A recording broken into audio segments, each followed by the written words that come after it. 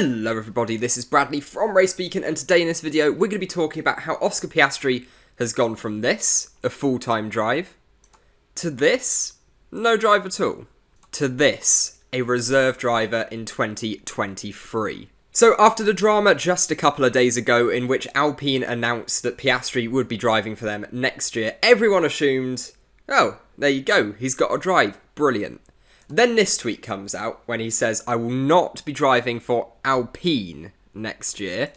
That led everyone to assume, oh, so he's got a full-time contract elsewhere. No matter what happens here, he's going to end up with a full-time drive on the 2023 grid, be it at McLaren or at Alpine. Now, as it turns out, this assumption could have been completely wrong. Now, we know that Daniel Ricciardo's contract, he's still contracted for next year. We know that. The options for Ricciardo and McLaren is either McLaren pay a large amount of money to trigger Daniel Ricciardo's release clause in his contract, or Ricciardo chooses not to extend his contract for another year. Those are the two ways that McLaren seat is available next year. It's either through Ricciardo's choice. If he has a contract elsewhere, he probably would want to take up that choice because he knows he has no long-term future at McLaren. Or if McLaren really want to rush this along and get Piastri into a full-time drive, it will cost them probably tens of millions of dollars, but it would get rid of Daniel. Now, what this rumour is saying, a source has told ESPN that Piastri's deal with McLaren said he would be a reserve driver in 2023.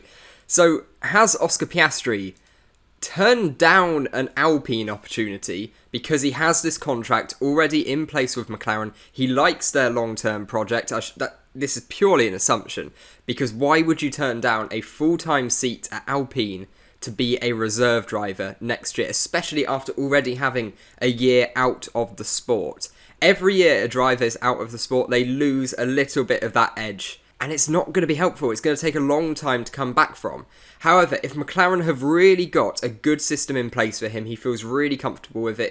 If he feels that he's happy to take this extra year out and be a reserve driver, it may seem on the outside like a really bad move. But if he knows McLaren are going to have a great car in 2025, let's say, and Alpine, he's not so sure. You know, he's worked with them for the last couple of years. Let's say he's not sure they're actually going to get much further up the grid, but he knows McLaren has got that potential. They've assured him, you know what, we're going to have a great car in the future. We want you here with us. You're going to be a long-term partner with Lando. Happy days. If Alpine couldn't assure that, then it probably is a good move for Oscar. But it's a very surprising move, because at the end of the day, as we say, this is going from a full-time seat next year in a top 5 team to being a reserve driver in a top 5 team for next year, but with the assurance of having a drive in 2024. Because at this point, it seems pretty clear that McLaren are not going to give Daniel Ricciardo a new contract past 2023. Now, for Oscar, this is a good bit of assurance that he knows for at least the next 2 years he's going to have some kind of contract. And you never know, it could be a 4 or 5 year contract that he's signed. If there's job security in there, the absolute mental boost, because you're not having to worry about your drive, that can give to a Formula 1 driver is brilliant. So for Oscar, if he feels that that's going to benefit him more, this could be a great move.